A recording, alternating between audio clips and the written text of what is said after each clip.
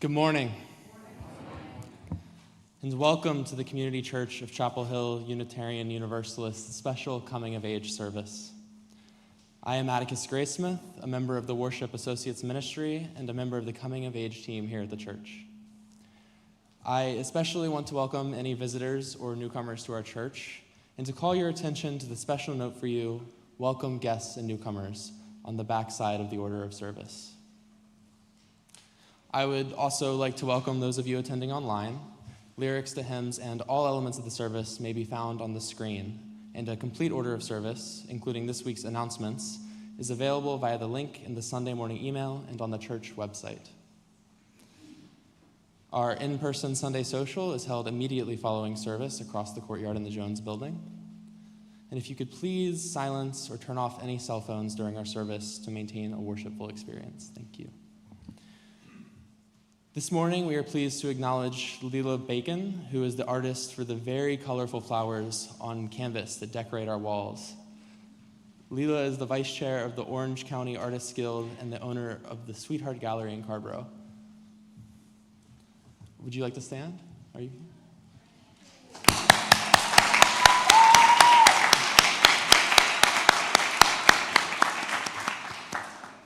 Thank you so much. It's so beautiful. Whoever you are, whomever you love, however you arrived at this beloved place, you are welcome here. I would like to welcome Marian Hirsch, who will introduce our Share the Plate for this Sunday.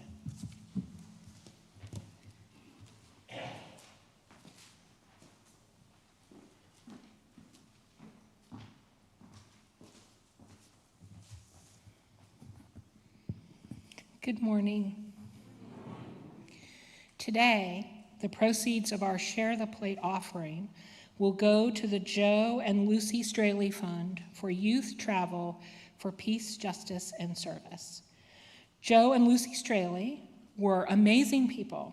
They were founding members of the community church and prominent activists for civil rights, peace, and justice here in North Carolina and around the world, especially in Latin America. Their names were among the first to be listed on the historic marker at Peace and Justice Plaza in front of the old post office in Chapel Hill. Joe and Lucy had a particular interest in young people, from bringing youth to church who needed rides to organizing fundraising efforts that helped church youth who were traveling abroad to learn and serve the poor and the oppressed. The Straley Fund was established to honor their inspiring commitment to peace and justice and to continue their legacy by helping youth gain perspective and inspiration by seeing the world. The Straley Fund has made it possible for church youth, even of modest means, to participate in trips which would otherwise be cost prohibitive. It demonstrates our church's values and commitment to youth's future. Since the establishment of the fund, over 60 youth from the church have traveled to Nicaragua, New Orleans, Washington, and Ecuador, learning about justice and serving to make the world a better place.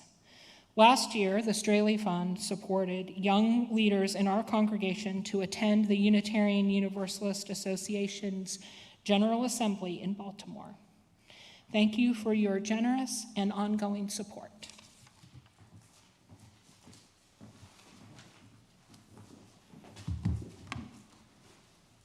Please stand in body or in spirit for our opening hymn, number 1000, Morning Has Come, which you'll find in your teal hymnal. Yeah.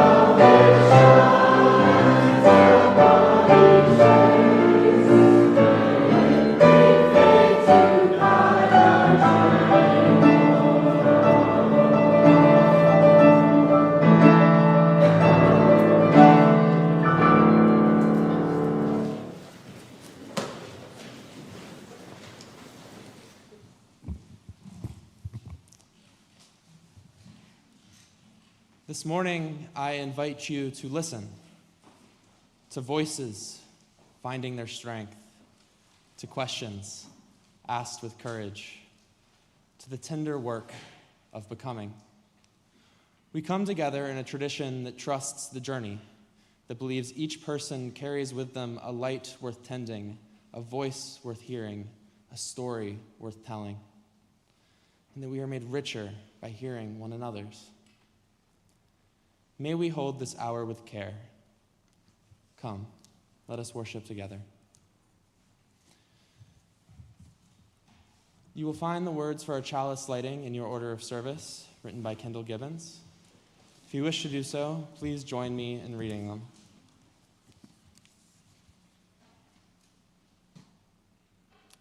I light this chalice as a symbol of our commitment to the values of Unitarian Universalism. May its light be a beacon of hope to me and to all who seek freedom, truth, and meaning in life.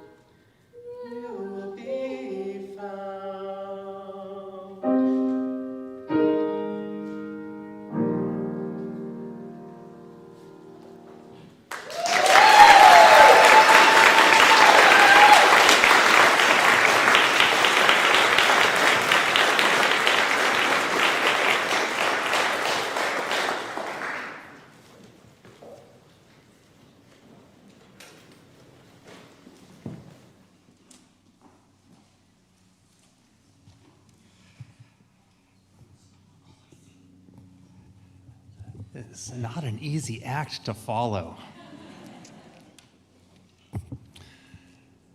Good morning. I want to say a few words about our coming of age program at this church and beyond. When Unitarian Universalism is at its best, it is actively encouraging the growth and the development and the empowerment of young people. In our congregation, fortunately, there are so many places for our young people to grow and develop and to find empowerment. In our congregation, being a part of the youth staff helps many of our young people to grow by modeling our faith to younger children and to gain work experience. In our congregation, being a part of the Inch Leader program helps our young people to feel empowered as leaders. In our congregation, the Straley Youth Fund, which Marion spoke of a few minutes ago, helps our young people to gain empowerment in their work for social justice and our values in the world. In our congregation, the Our Whole Lives program helps our young people to feel empowered in their bodies, in their identities, in their relationships. And I would add, in our music program, our young people are encouraged to grow and develop and find their voice and find their courage. When Unitarian Universalism is at its best, it is actively encouraging the growth and empowerment of young people. And in our congregation, like many Unitarian Universalist congregations, the Coming of Age program helps our young people to feel empowered to think theologically and to fully claim their religious identity. In Unitarian Universalism, the Coming of Age program was created about 50 years ago. It was developed to give our young people a way to mark the passage from childhood to young adulthood and to welcome adolescents into a place of responsibility within their faith and faith community. In this way, it's analogous to confirmation in the Christian tradition and to the bat or bar mitzvah in Judaism. One of the hallmarks of the Coming of Age program is asking our young people to wrestle with theological questions. And one of the culminating parts of the program is inviting our coming of age youth into the pulpit, to step up here, and inviting them to speak their own truth about what it is that they believe, what is important to them, and what is of worth in their lives. Their statements of faith are known as credos, as I believes. The credos that our coming of age class will share this morning are not eternal truths chiseled into stone. Rather, they are snapshots, authentic snapshots of their religious lives and values and meaning making at this age and stage. And in this way, it actually highlights another important feature of our faith tradition, which is in Unitarian Universalism, we believe that religious wisdom does not come solely from an approved set of texts, nor does it come from a person authorized to speak with reverend in front of their name. Rather, truth comes from each of us, that we all have a role to contribute. We all have a piece of the truth inside of us to share, no matter what our age and stage. So as our youth present their coming of age credos this morning, I invite you to listen with open hearts, to hear their words, and to hear the reality that is beyond their words, which is that this community supports them and encourages them and is open to their gifts and their sharing. Let us hear from you all.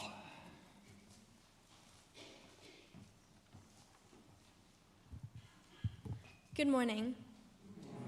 My name is Nova Stromberg, and sometimes horrible atrocities happen in our world. There are natural disasters and genocides. There are famines and wars. Many of these terrible events are caused, directly or indirectly, by humans. In a world like this, it is easy to be pessimistic. It is easy to take on the weight and sadness of the world as your own.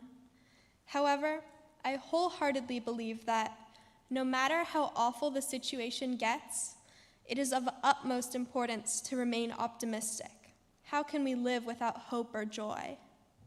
That being said, I use two main rules to guide me on how to have a sunny outlook on life. One principle is to take joy in the little things in life. Some of the happiest moments are ones that people ignore. Watching the sunset with your friends, starting line conversations before track races, or just getting a strawberry matcha. These are the small situations that bring some of the most delight. In a world with so many atrocious actions and situations that are often out of our control, we must remember to be grateful for the tiny, joyous things in our lives. These are the tiny buds that grow into joy. My other guiding principle on happiness is optimism. I make a habit of searching for the silver linings of gray clouds. With so many horrible situations, there is almost always a bright side to find. Whenever I get in a less than ideal situation, I try to reframe it.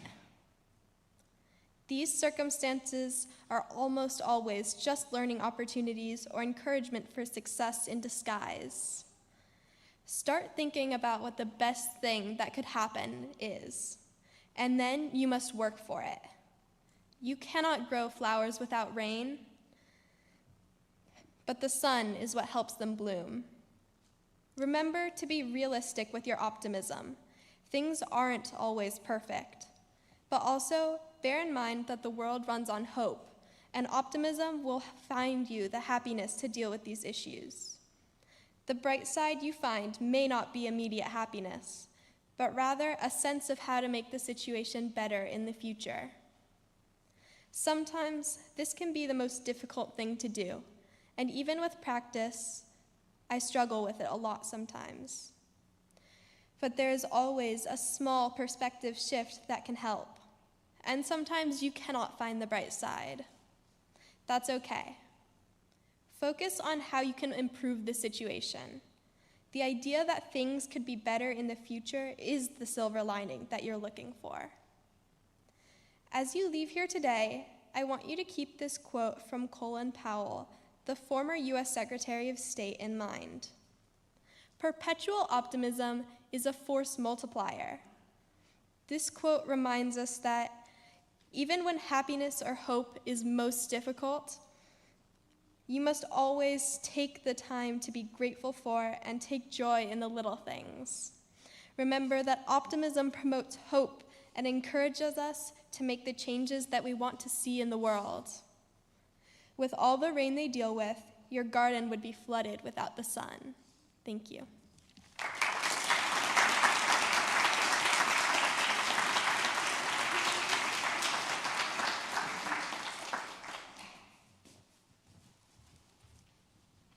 Good morning. My name is Silas Brown, and unlike many others speaking today, I kind of knew exactly what I wanted to write about. As everyone does, I have many values. Picking one to talk about was hard, but I truly found one belief that sums up the majority of what is important to me.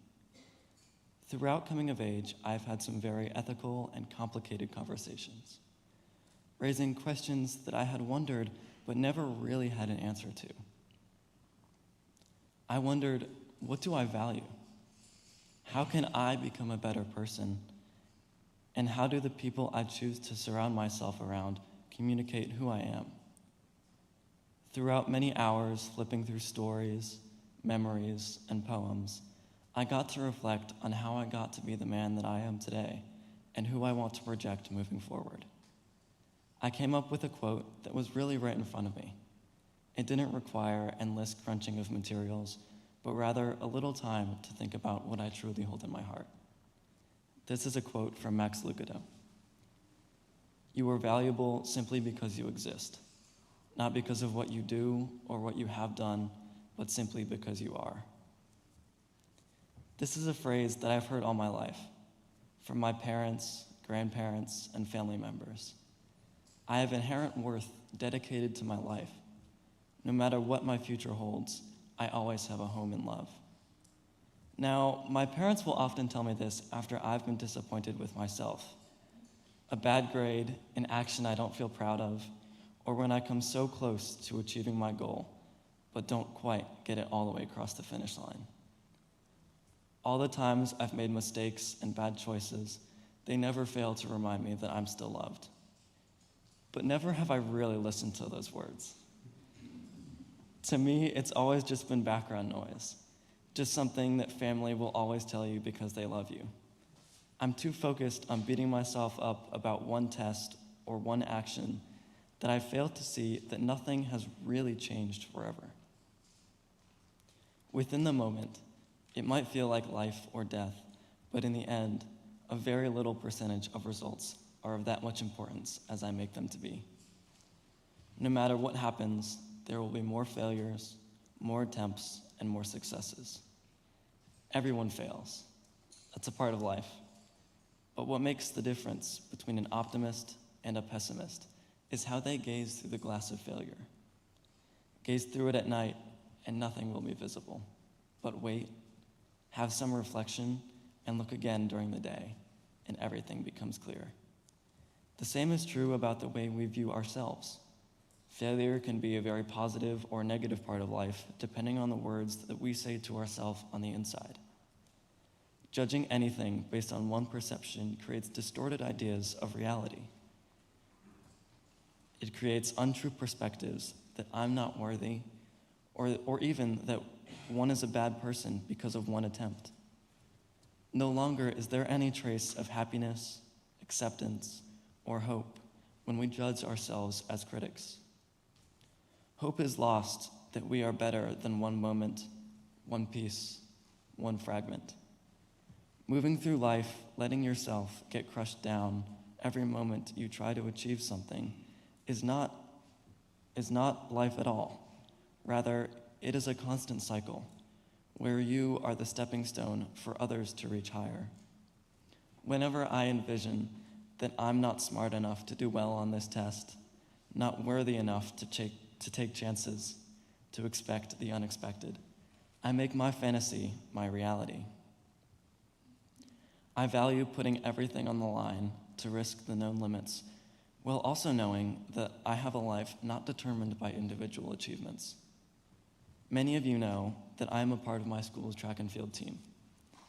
The feeling of lining up on that starting line, ready to find out just how much effort I can muster, is the reason I keep to it. Confidence in oneself and others is the way forward. Just as I look at this congregation, it is filled with all sorts of different people. Introverts, extroverts, ready to stand up for their values, knowing that not everyone will agree, but they will always have a home in this church. What creates a real life of joy is not the amount of money you make or the awards you win, but how many times you get up when everything and everyone else is falling down. And so, if no one has told you today, for the people I know and to those I don't, never question your self-worth. Every person is just as whole and human as the next. Remember to find support in difficult times, and always seek out the light when all else is dark. Thank you.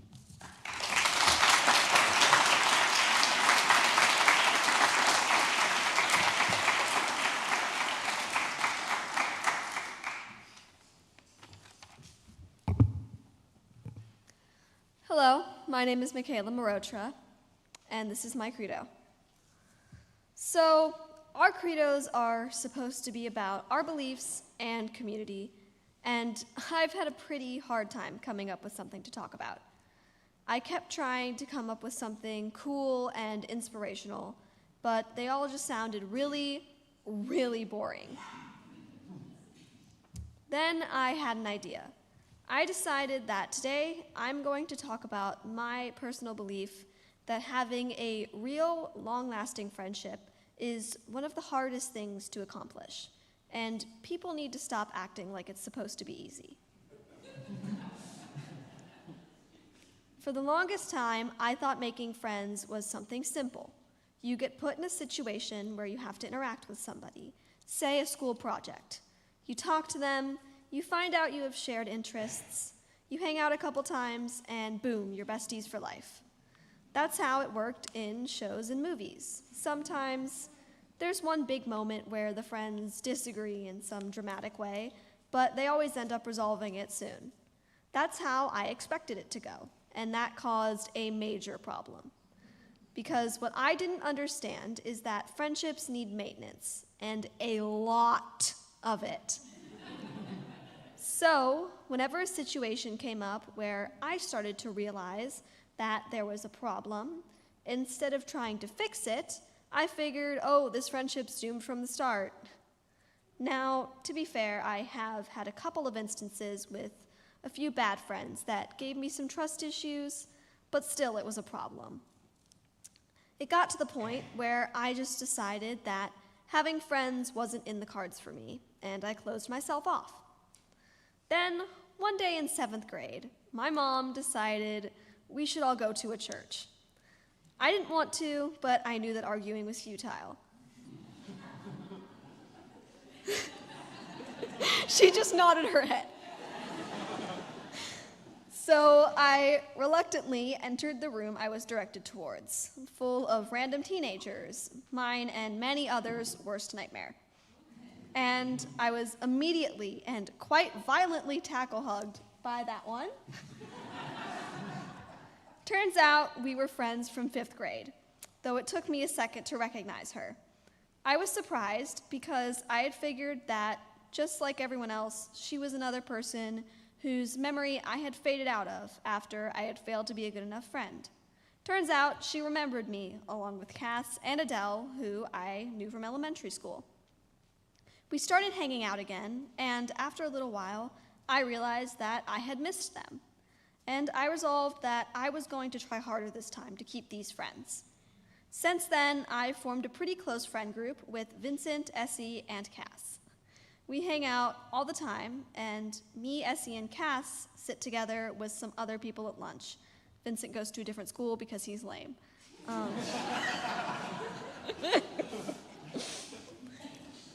We've had our ups and downs, and sometimes it's pretty freaking exhausting to keep up with everything having a friend requires, but I'm really, really glad I did.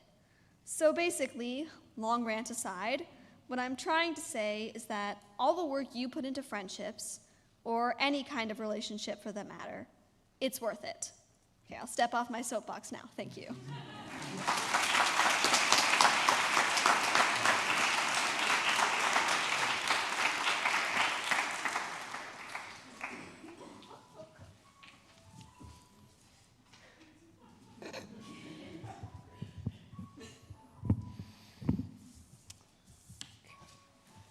Good morning.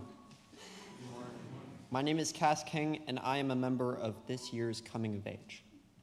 This credo was incredibly hard for me to come up with, because searching through my mind, I had so much to talk about.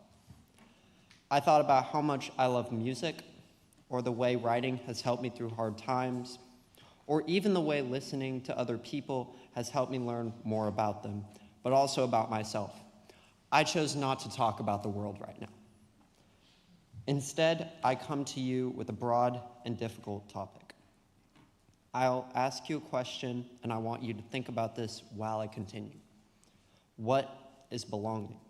When do you truly belong in a group or in life? Really, throughout my life, I've had people around me. People to bring me up when I'm feeling down, people to help me when I need it most, and people around me to be there when I feel alone. When they feel alone, I'm always there to care. I try to make myself as dependable as possible, a shoulder to lean on when you're not strong. When I entered elementary school, I remember feeling excited but nervous. I carried on and discovered friends and people who would stick with me. I felt content almost every day walking in and feeling confident I had people who had my back. Now, I see those same people in the hallway adrift in their own world while I'm in mine. You lose people who you care about and felt like you belonged with too often. Belonging is complex. I remember middle school as an arduous journey. I met people quickly and joined small cliques that helped me push my social life forward. I felt good about myself and the friendships I was cultivating. Being around my friends at the happiest times while playing Smash Bros in the library at lunch or throwing Frisbee in or outside of school. But I was around my friends at their lowest too. Enjoying the company of others in times of toughness is one of the greatest feelings I've ever faced. Moments like that are where you separate the real from the fake. You can't live in a house without structure, just how you can't belong in a relationship where both are not getting what they need from it. Towards the end of 8th grade, I remember feeling distant from my friends and peers. Now I felt adrift. I had to grab back on to the boat sailing away that was my belonging. Now I see high school as I finally catch the boat. Before high school had even begun, I was in conditioning summer camp for marching band. 2 weeks, 9 hours, long days of music and sun. I loved it. Marching band was something I was so excited to do as an extracurricular for school, and many of my friends were doing it, which made it all the better. I finally thought I would begin to belong in this place full of new people I had never met before. It was exciting. But as marching band went on, I started to assume that people really didn't care about me, that I was such a trivial piece of this puzzle that I felt I would be important and stood as important. Instead, I felt lost. When I tried talking to people, I felt invisible, like Casper the Ghost. Belonging is sometimes pushing to find something you really care about, fighting to stay a part of something you love so dearly, even when you think it's pushing you away.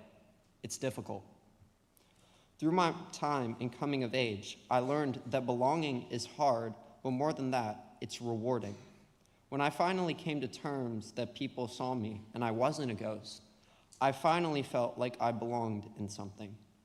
When I joined the Frisbee team and my coach and teammates accepted me, even though I sucked at the beginning, I felt like I belonged.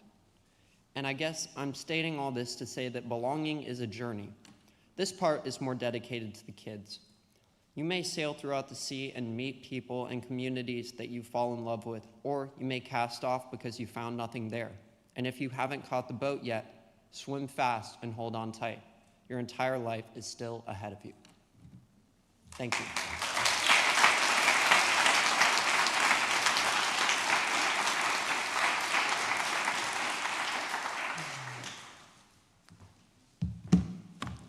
Please stand in body or in spirit for hymn number 396, I Know This Rose Will Open, which you'll find in your gray hymnal. We'll sing this through twice in unison, and then we'll try it as a three-part round, helped with the community church singers and some of the youth choir.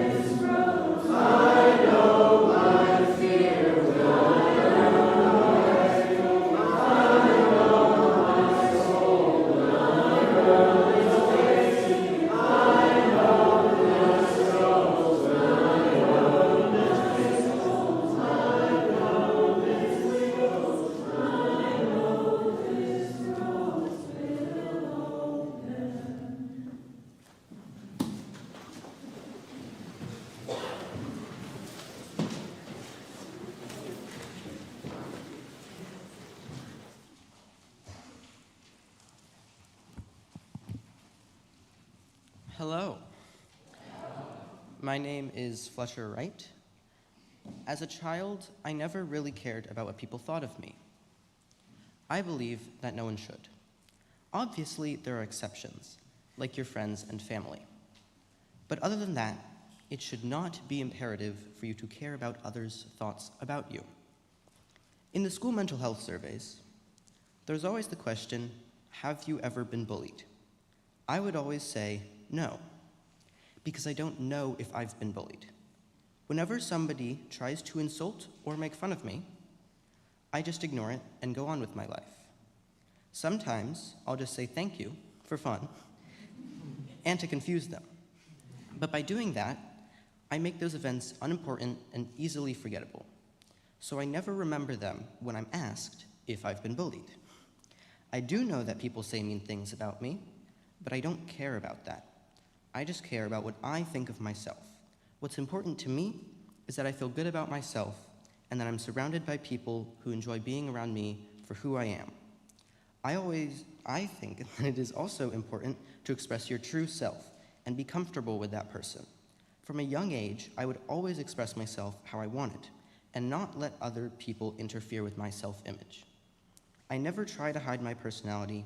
I sometimes act differently depending on the situation, but I still keep the same personality. Thank you.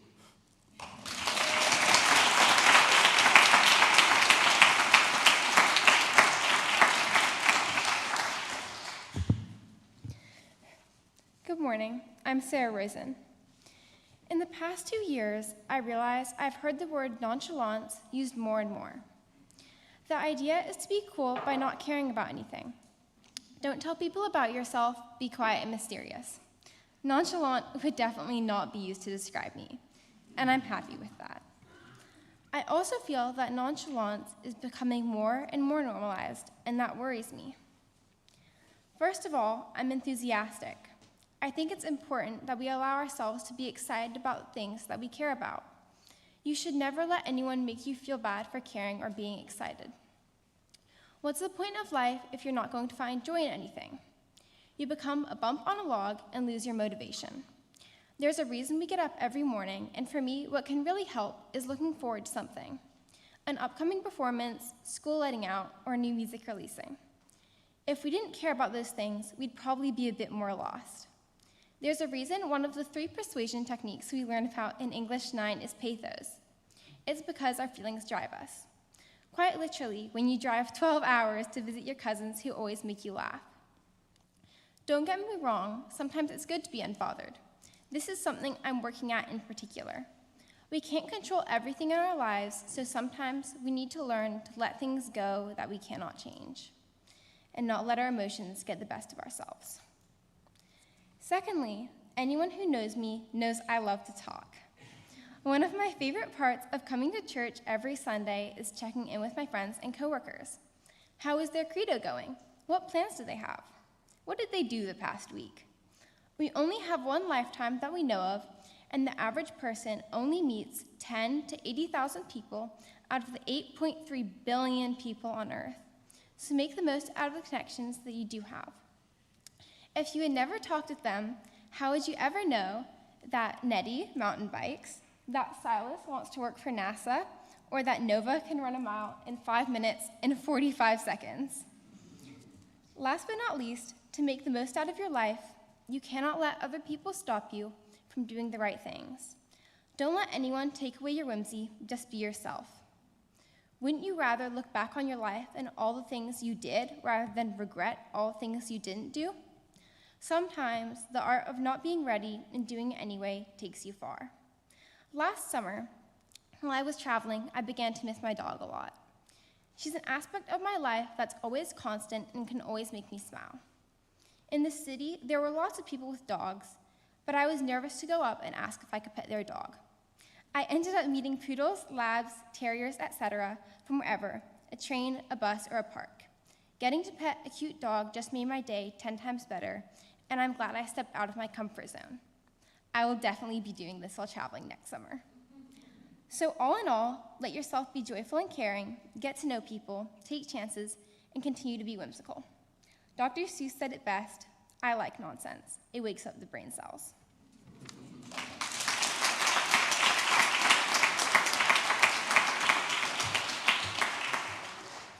Hello. My name is Esther Fox Unger, but you can call me Essie. My credo is called The Space Between, as I am actually an aspiring poet. So my credo is a poem, with a little bit of call and response. When I raise my arms like this, please say, and that is a precious thing. For example, and that is a precious thing. Thank you. I believe in the quiet of the woods before a storm, where the air feels thick with secrets and the earth smells like home. I believe in the wisdom of the roots that hold the soil, silent, steady, and invisible, reaching for one another in the dark. We live in a tunnel of trees, where the wild is our backyard, and we are but one small part of its great green breathing. And that is a precious thing. I believe in the beauty of the broken and the mended, in the gold that fills the cracks of a heart that's been through the fire. I believe that our scars are not flaws, but maps of where we've been, and that there is a profound holiness in the act of simply staying. We live in a cycle of the seasons, where the shedding of the old is the only way to make room for the green that is coming. And that is a precious thing. I believe that questions are more holy than answers, and that I don't know is the bravest prayer we can offer. I believe truth is not a stone we find on the ground, but a water that flows around us, changing its shape as we grow, reflecting the light of new days and the shadows of those past. We live in a time of turmoil, where curiosity is our compass, and the courage to ask why is a bridge to our future. And that is a precious thing. I believe that justice isn't a destination we reach, but a path we must clear with our own 2 hands every morning. I believe that when one of us is blocked, we are all standing still, and that the work of freedom is never done alone. We live in a world where we can be the architects of equity, forging a landscape where every person has the right to flourish. And that is a precious thing. I believe that kindness is a muscle. It gets stronger the more it hurts to use it. I believe in the fierce compassion that stands up for the quiet ones, and the soft grace that allows us to forgive ourselves and begin again. I believe that the smallest spark can light the longest hallway, and that a single word of encouragement can change the trajectory of a life. I believe that we don't need to save the whole world to make it better, that planting one seed or holding one hand is a revolutionary act. We live in a world held together by these small, daily mercies, where being good is not a status, but a choice we make 1,000 times a second. I believe that we are all stardust and stories, tethered together by a thread I cannot see, but I can feel in every breath. I believe science is our poetry of the physical world, the meticulous proof that we are made of the same ancient dust as the sun, forged in the same fire that began the universe itself. I believe that every atom in our bodies has traveled across time and space just to be here, right now, in this room, with one another. We live in an age of space and wonder, where the stars are not just above us, but within us, a cosmic map calling us to return and to remember our connection to everything that is. I believe in the person I am becoming, even when I'm not sure who that is yet. I believe my doubt is a sign of growth, and my hope a form of resistance. I am a work in progress, a story still being written by the stars and the trees. And we live in a community of acceptance, a place that says, you are enough, exactly as you are, and exactly as you will be. And that is a precious thing. This is what I know today. This is where I begin. And that is a precious thing. Thank you.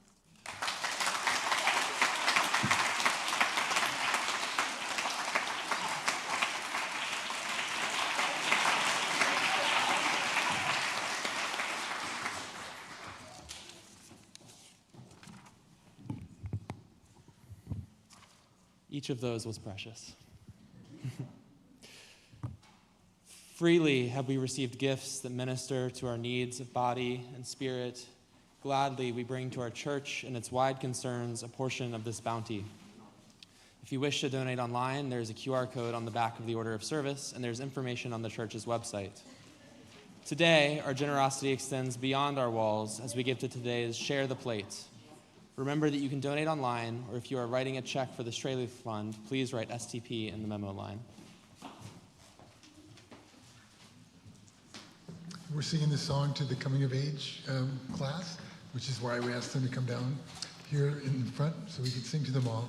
But you get to sing to them too. So the words to the chorus of this song, it's called Brave by Sarah Barry Ellis, are in your order of service. And please encourage you to sing along with the chorus and any other part of the song that you're familiar with.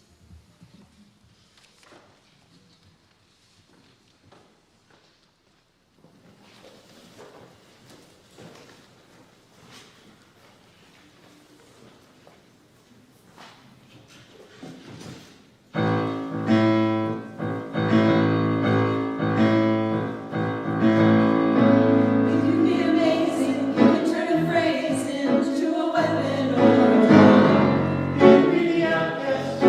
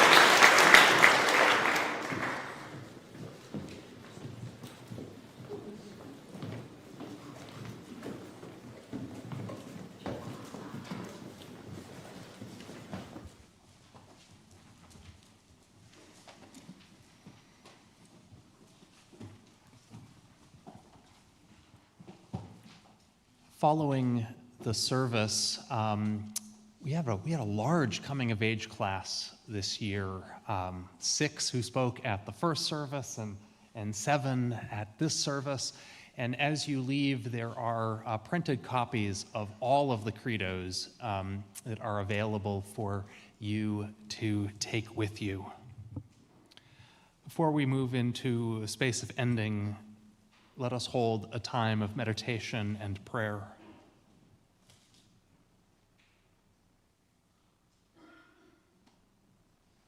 Spirit of life and love, we enter in to a world that is often hard and cold, world of war and violence, of oppression, of racism and homophobia and transphobia. We enter a world that gives us so many reasons for pessimism, for cynicism, for nonchalance. See what I did there? No, I weave all yours in.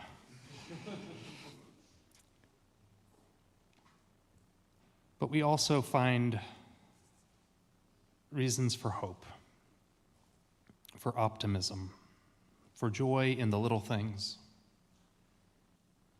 for community, even though we know that relationships are work and community is work and friendship is work.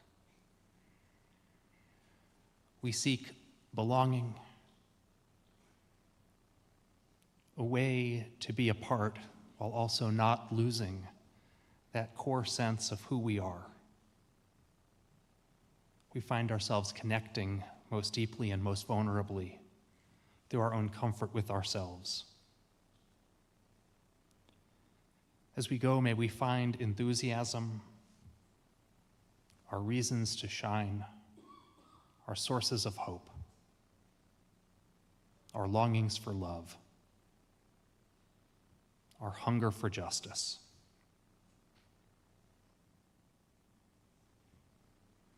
Mary Oliver asked us, what is it that you hope to do with your one wild and precious life? And as we go forth, may we be reminded that we are surrounded and ever surrounded again with precious things, with precious life, with precious community, and preciousness within our souls. As we go forth, let us go forth in inspiration to live courageously and to love boldly With this, we say thank you. Thank you for the youth of this church. Thank you for each and every one of us. And thank you for this day that we have been given. Amen, and blessed be.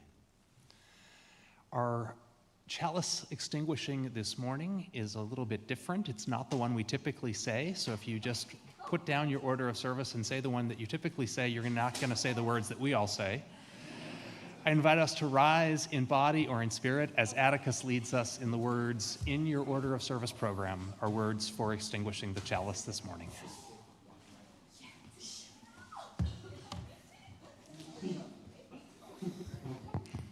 Did you get that the words were not the normal?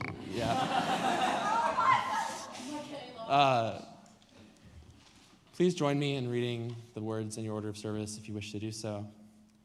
Be ours a religion which, like sunshine, goes everywhere, its temple, all space, its shrine, the good heart, its creed, all truth, its ritual, works of love, its profession of faith, divine living.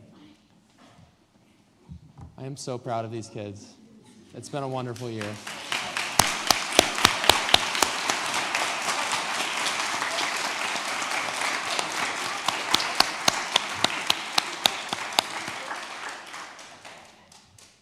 Please join us in singing Shalom. The words are in your order of service. As you are comfortable, please either hold hands with the person next to you or cross your arms over your heart.